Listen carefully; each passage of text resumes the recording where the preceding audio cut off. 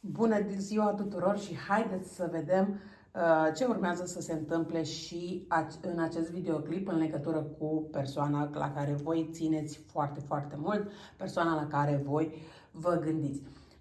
Indiferent dacă sunteți împreună sau nu cu această persoană, puteți asculta la fel. De ce? Pentru că acest videoclip este să vedem ce se întâmplă cu persoana dacă v-ați despărțit deja de persoana respectivă sau dacă urmează să vă despărțiți.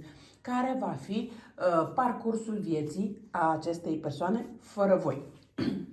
Și avem, după cum puteți observa, două variante, varianta numărul 1 și varianta numărul 2. O să vă rog să vă alegeți una dintre cele două variante cu care considerați că rezonați cel mai bine sau să le ascultați pe ambele și să luați doar ceea ce vi se potrivește. Și, bineînțeles, între timp, voi începe cu prima variantă. Hai să vedem ce se întâmplă cu această persoană dacă voi renunțați la el sau la ea sau dacă deja ați renunțat. Da, poate să fie și o variantă și alta. Hai să vedem ce se va întâmpla cu această persoană dacă voi renunțați la el sau la ea.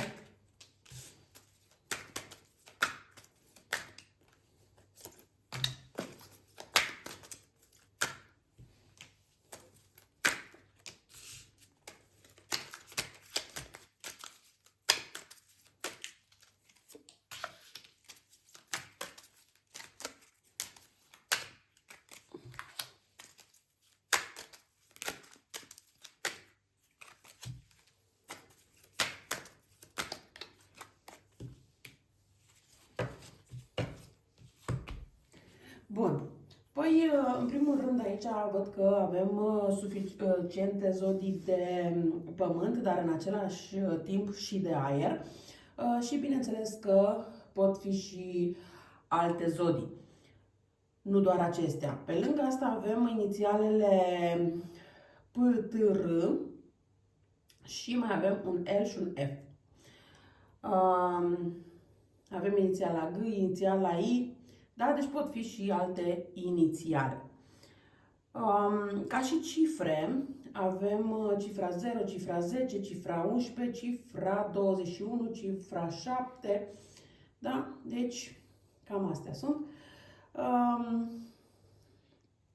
Aici văd că voi, împreună cu această persoană, ați format un cuplu, cel puțin un cuplu foarte frumos. În multe cazuri, adevărat, este posibil să aveți inclusiv copii împreună, dar asta nu înseamnă că în toate cazurile, sau poate chiar ați fost sau sunteți căsătorită cu această persoană. Însă, în momentul în care voi decideți să vă îndepărtați în totalitate de această persoană, sau ați decis deja acest lucru, da, pentru că se poate întâmpla să vă fi despărțit deja de această persoană, dar poate că vreți să vedeți cum îi este fără voi. Această persoană se simte destul de singur sau singură, se simte ca și cum îi fuge pământul de sub picioare, se simte ca și cum nimic nu îi mai merge bine fără voi. N-ar fi nimic exclus ca aici, e adevărat, nu în mare parte, ca să zic așa, dar în mică parte, unul să fie zodie de aer și celălalt zodie de foc, dar bineînțeles că pot fi și alte zodii, da? Această persoană își dorește să comunice cu voi, își dorește să reia legătura cu voi, chiar dacă până acum nu v-a spus acest lucru, chiar dacă v-a blocat pe rețelele de socializare, chiar dacă poate, nu știu, a întâlnit pe altcineva sau ceva de genul, asta nu înseamnă că această persoană nu se mai gândește deloc la voi. Ba da, din contră, se gândește la voi, își dorește o reluare a relației, e în stare în acest moment să renunțe chiar și la relația actuală pe care o are pentru a se reîntoarce la voi. Însă se simte blocat. De ce se simte blocată această persoană? În primul rând pentru că știe că a greșit și a dat seama că a greșit față de voi și a dat seama că voi nu mai acceptați astfel de greșeli. Dar, în același timp, este și o persoană destul de egoistă. Este și o persoană care își urmărește interesele proprii. Este genul de persoană care așteaptă ca voi să faceți primul pas. Nu este genul de persoană care să-și ceară scuze, nu este genul de persoană care să-și recunoască greșelile, nu este genul de persoană care să facă anumiți pași în sens de, da, mă, uite, am greșit, asta s-a întâmplat, dar încerc de acum să nu mai greșesc sau ceva de acest gen. Nu, deci dacă așteptați astfel de scuze de la această persoană, să știți că nu vor veni. Cel mult poate să vă zică, da, știi, nu a fost bine sau ceva de genul, dar scuze în adevăratul sens al cuvântului, această persoană nu are. De ce? Pentru că este prea egoistă, prea centrată pe sine, este genul de persoană care crede că face totul perfect, care face totul, bineînțeles, în beneficiul său și nu contează cât de mult îi rănește pe cei din jurul său. E adevărat că testează în continuare apele să vadă dacă totuși se poate reîntoarce la voi, dacă nu se poate reîntoarce, chiar dacă voi știți sau nu știți acest lucru. De ce mă refer la faptul că poate știți sau poate nu știți acest lucru? Este pentru că această persoană vă poate urmări pe rețelele de socializare, poate întreba pe la prieteni, cunoștințe despre voi, da? Deci se interesează dacă se merită sau nu să facă acest pas. Voi, în schimb, sunteți destul de bine, vă găsiți liniștea, pacea interioară și chiar în momentul în care v-ați despărțit de această persoană, simțiți o anumită ușurare. Chiar dacă nu v-ați despărțit și urmează să vă despărțiți de această persoană, la fel, în momentul despărțirii, cumva pentru voi este o ușurare. De ce? Pentru că, din punctul meu de vedere, această persoană pune foarte multă presiune pe voi, din toate punctele de vedere, și atunci, în momentul în care sunteți departe de această persoană, sunteți la distanță de această persoană, pentru voi e o adevărată ușurare. E ca și cum ați pleca în vacanță. Dar în vacanță nu cu partenerul, ci cu fetele, când faci doar ceea ce vrei și ceea ce îți dorești.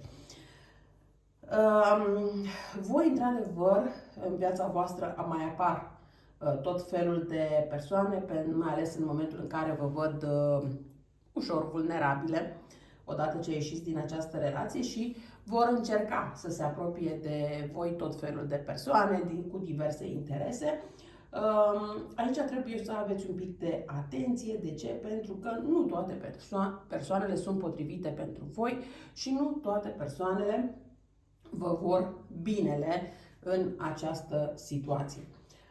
Într-adevăr, o să întâlniți o altă persoană din exterior, o persoană care până în acest moment poate n-ați cunoscut-o sau chiar dacă ați cunoscut-o, n-ați luat-o în seamă, însă această persoană este persoana potrivită pentru voi. Poate să fie vorba despre o persoană mai șaten, un șaten mai închis la culoare. În schimb, această persoană la care v-ați gândit, în momentul în care ați ales această variantă, îi va fi foarte frică. Îi va fi frică că îi veți cere înapoi toate lucrurile pe care le-ați făcut împreună. Îi e frică de divorț, dacă sunteți căsătoriți, îi e frică de partaj, îi e frică că veți duce această persoană în instanță. Însă, cumva, în același timp, are și speranța că totuși, dacă se ajunge în instanță, poate că reușește să vorbească cu voi. Dacă vă întâlniți față în față și vorbiți mai calm și există o reconciliere, aici în unele cazuri n-ar fi nimic exclus, chiar să fi ajuns de mai multe ori, poate, până la tribunal, dar acolo cumva ați făcut un pas înapoi. Și atunci speranța acestei persoane în acest moment este că veți face din nou pasul înapoi. În momentul în care această persoană vede că nu faceți pași înapoi, în momentul în care vede că nu vreți să-i mai acordați o șansă, în momentul în care vă vede pe voi suficient de hotărâte pentru a merge mai departe fără el sau fără ea, în momentul ăla, abia atunci, această persoană va face niște pași destul de importanți pentru voi, în speranța de reconciliere, în speranța de împăcare. Acum, e clar că depinde de la caz, de la situație la situație, dacă voi mai vreți sau nu mai vreți să-i acordați vreo șansă acestei persoane. Însă, dacă voi nu vreți să-i mai acordați nicio șansă acestei persoane, această persoană se va cufunda într-o anxietate și n-ar fi nimic exclus chiar să ajungă într-o depresie. De ce? Pentru că viața acestei persoane, indiferent de persoanele pe care le întâlnește în viața sa, este să rămână singur sau singură. Va fi singur sau singură o perioadă foarte lungă de timp. Chiar dacă întâlnește o altă persoană, tot se va simți singur sau singură. Și chiar dacă întâlnește o altă persoană și încearcă să facă o familie, un cămin și așa mai departe, n-ar fi nimic exclus ca cealaltă persoană să, în cele mai puține cazuri, să decedeze și tot singur sau singură va rămâne. Da? Deci este un amalgam din acesta, ca și cum această persoană, chiar indiferent pe cine întâlnește, când întâlnește tot singur sau singură rămâne. Da, cumva voi ați fost pentru această persoană ca un, să spunem, ca un dar divin, ați intrat în viața acestei persoane, nu întâmplător, bineînțeles, este în urma rugăciunilor, poate, a acestei persoane sau în urma multor alte situații neplăcute prin care a trecut, însă această persoană, așa cum am spus, pentru că are un egoism aparte, nu știe să prețuiască ceea ce are. Și atunci, bineînțeles că de fiecare dată va pierde. Dar asta e o situație pe care pe voi, dacă hotărâți să vă despărțiți de această persoană, nu vă mai interesează. Bun, hai să mergem mai departe și la varianta cu numărul 2, să vedem ce se întâmplă și cu cealaltă persoană pentru voi. Da, aceste cărți. Bun. Hai să vedem situația acestei persoane la care voi vă gândiți. Ce se întâmplă dacă vă despărțiți de el sau ea, sau dacă deja v-ați despărțit. Bun, aici văd că este o situație aparte.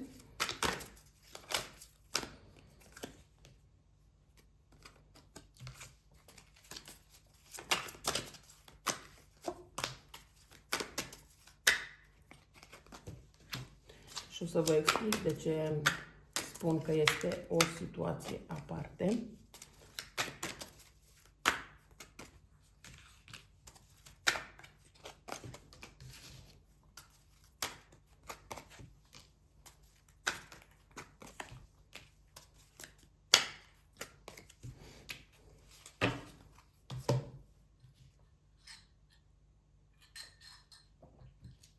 Bun, în primul rând văd că avem zodia Balanță, avem zodia Săgetător, Capricorn, Leu, Vărsător. Da, avem și aici destul de multe zodii. Mai avem cifrele 21, 11, 2, 4, 5 și avem și inițiale K, W, L, P. Da? Deci avem și aici destul de multe aceste inițiale care predomină mai mult. Dar avem și un R și un O, văd că. Bun.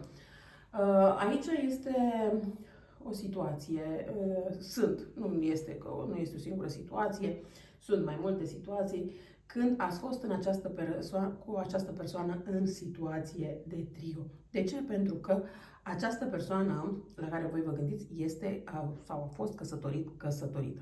Bineînțeles că nu în toate cazurile, țineți cont că este o etalare generală, nu personală și nu vi se poate potrivi tuturor. Însă, chiar dacă nu a fost vorba despre o căsătorie, această persoană s-a mai gândit la o altă persoană care a făcut parte din viața sa și tot cumva s-a simțit ca într-o situație de trio. Dacă a fost vorba de o situație în care această persoană a fost căsătorită, probabil că voi ați discutat cu această persoană sau v-a spus, lasă că divorțez, lasă că fac, lasă că drec, dar de fapt nu a făcut nimic. Asta nu înseamnă că relația dintre el sau ea și persoana cealaltă este o situație bună, nu, din contră, fiecare stă cu, cum să zice, să găsesc o expresie mai drăguță,